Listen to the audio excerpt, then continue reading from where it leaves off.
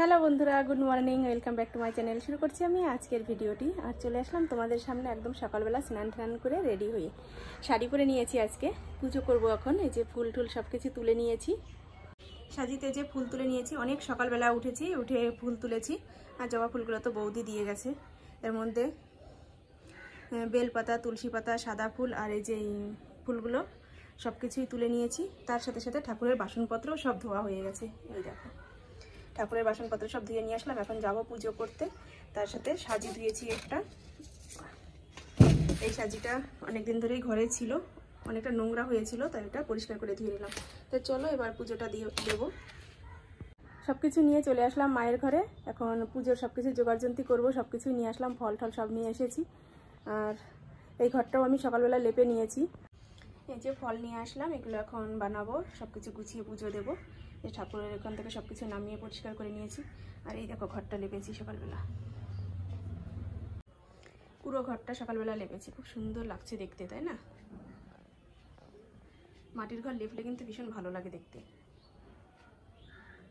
যে বারান্দা ঠান্দাও লেপেছি এখান দিয়ে। তো চলো আমি পুজোর সব কিছু জোগাড় করি, তারপরে আবার আসছি তোমাদের সামনে।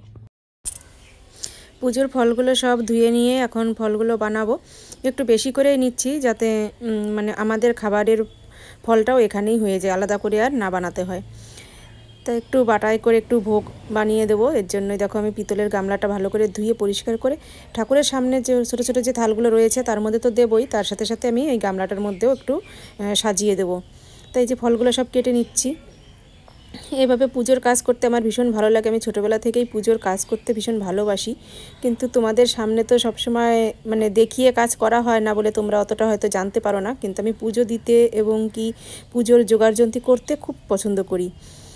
কেননা মা অতটা পারতো না। বাড়িতে যখনই পুজো হতো মা সবসময় আমার হেল্পই নিত। আর বাড়িতে আমাদের দোকানেও যে পুজো হতো, আমাকে ছাড়া কিন্তু দোকানে পুজো করা কোনো মতেই সম্ভব হতো না। কারণ আমি সব কিছু গুছিয়ে তারপরে পুজোর জোগাড়যন্ত্রী করে নিয়ে দোকানে পুজোগুলো দিয়ে আসতাম।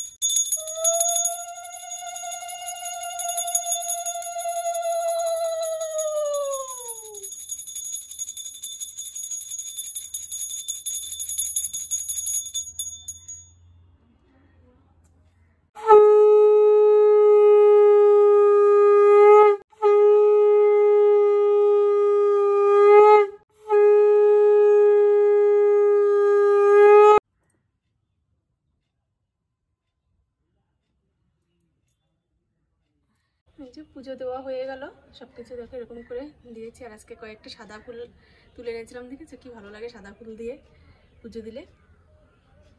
সিংহাসনটা যেন আলাদাই একটা সৌন্দর্য চলে আসে। আর এই যে ফল টল সব কিছু বাটায় দিয়ে দিয়েছি।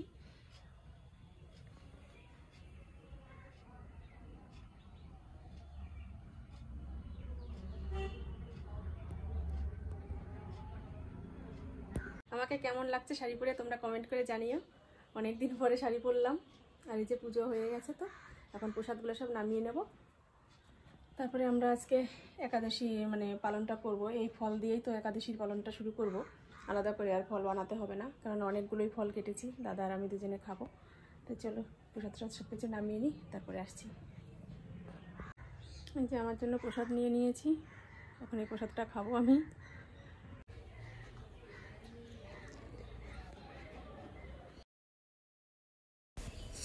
দাদার জন্য প্রসাদ দিয়ে এসেছি, একটু বেশি করেই দিয়েছি, কারণ এটা খেয়েই তো থাকতে হবে। আর আমিও এই যে নিয়েছি, তার সাথে সাথে বাবাও এখন বাড়িতে আসলো দোকান থেকে।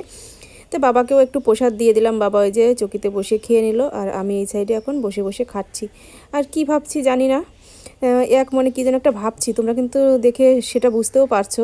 প্রসাদ খাচ্ছি আর কি যেন একটা আকাশ পাতাল চিন্তা মাথার মধ্যে চলে এসেছে, সেটাই ভাবছি। যাই হোক, ভাবতে ভাবতে আমার প্রসাদগুলো খাওয়াও হয়ে গেছে।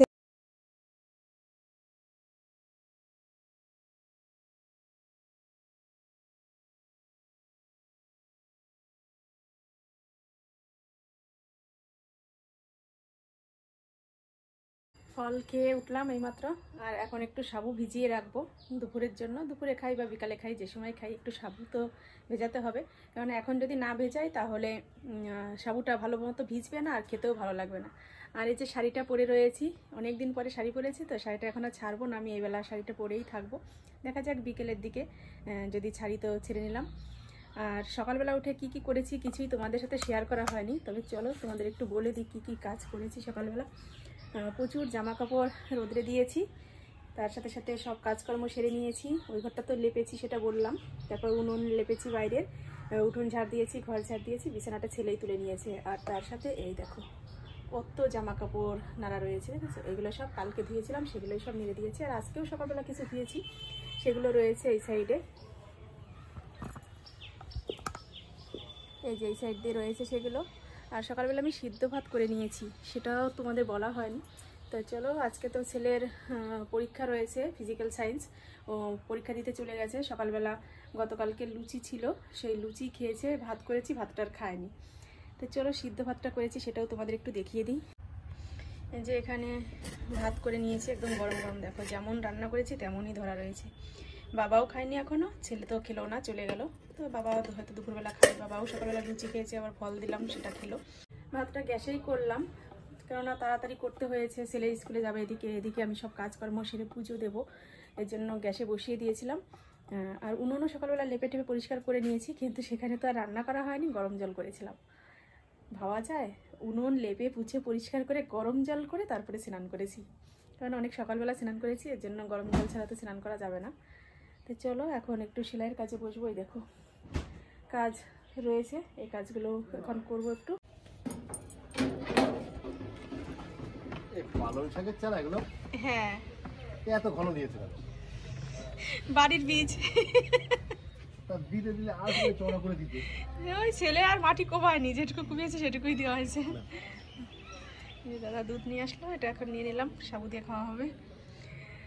এই সাইডে রয়েছে ধনের বীজ, মানে ধনের চারা, আর এই সাইডে হচ্ছে পালং শাকের চারা। তুলে খেতে খেতে কমে যাবে। দাদা দুধ দিয়ে গেল, সেটাই এখন রাখলাম মগের মধ্যে, একদম ছেঁকে তারপরে ঢেলে রাখলাম, কারণ বোতলটা দিয়ে দিতে হলো। তো চলো এটা এখন ফ্রিজে রেখে দিই, যখন সাবু মাখাবো তখন আবার বের করে নেব।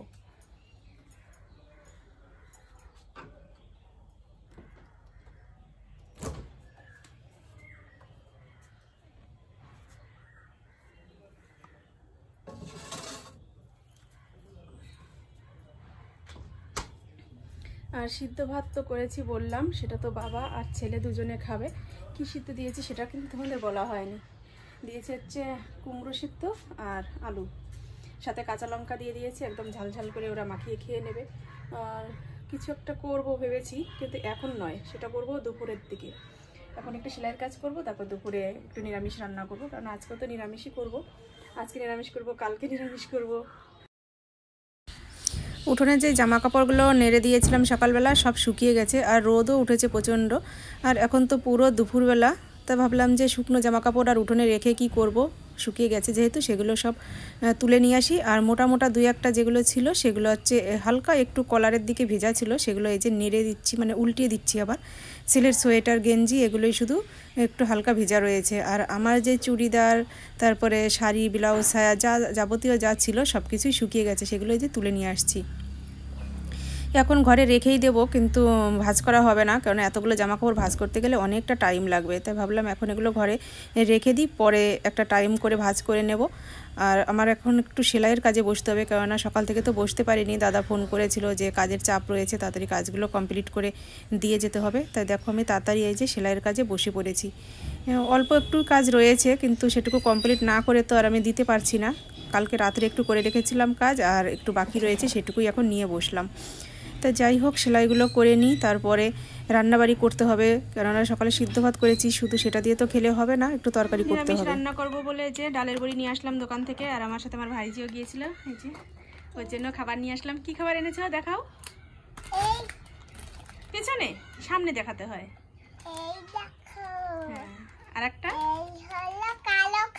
হ্যাঁ আর একটা,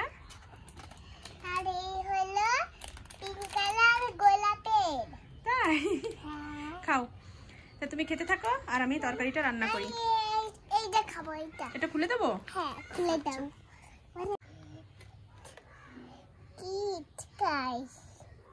আচ্ছা তুমি খাও আর আমি রান্না করতে যাই। হ্যাঁ, বসে থাকবে এখানে। চলো, এই যে ডালের বড়ি দিয়ে রান্না করব নিরামিষ তরকারি। এখানে নিরামিষ সবজিগুলো কেটে নিয়েছি। এই যে এখানে কেটেছি লাউ, পেঁপে আর আলু। এটা দিয়ে এখন রান্না করব।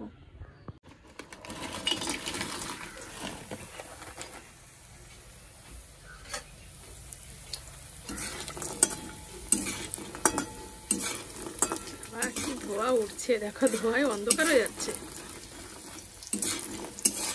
ডালের বড়ি বাড়িতে দিয়ে তৈরি করে খেলে সেগুলোই টেস্ট বেশি। এখন কেনা বড়ি কেমন লাগবে না। আমি অবশ্য খাবো না, আমার ছেলে আর বাবা দুজনের জন্যই করছি। ডাল কিনে নিয়ে এসে নিজেই বড়ি দেবো বাড়িতে কয়েকদিন পরে।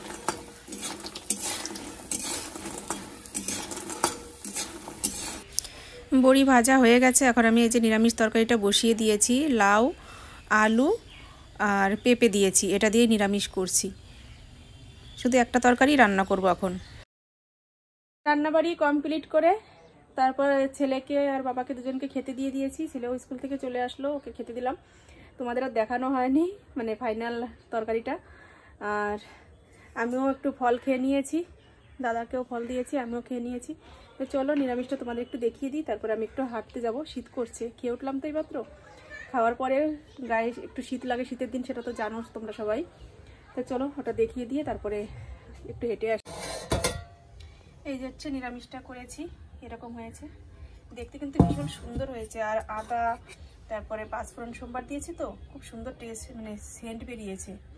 টেস্ট বলছি, এর জন্যই বুঝলাম যে খুব সুন্দর হয়েছে। আর ছেলেও খেয়ে বললো যে ভীষণ ভালো হয়েছে মা, ডালের বড়ি দিয়ে নিরামিষটা। আর এদিকে তো ভাত রয়েছে, তোমাদের দেখালাম সে সময়। এখানে হয়েছে ভাত তুলে রেখেছি, মানে ছেলে পুরো ভাতটা খেতে পারেনি, তুলে রেখেছি। চলো দেখো, আমি একটু হাঁটতে গিয়েছিলাম আর বাড়ি এসে আমি সারপ্রাইজ হয়ে গেলাম। আমার শাশুড়ি মা এসেছে দেখো। এই যে একটু আগে ফোনে কথা বললাম, এই কটা 2:30টার সময়, তাই না? 2:30টার সময় ফোনে কথা বলেছি। আর এখন এই যে আমার বাড়িতে।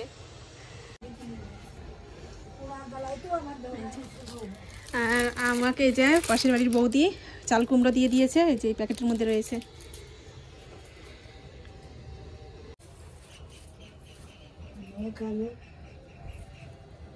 বাবার নিদা ধরিয়ে নমস্কার করি দেখি ম্যাডাম ফটো কিসে দেবো?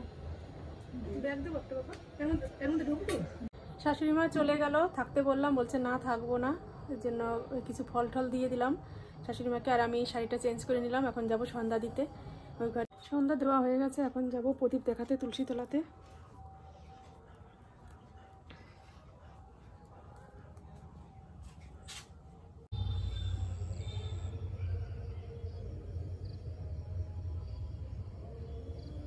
হরে কৃষ্ণ কৃষ্ণ কৃষ্ণ কৃষ্ণ হরে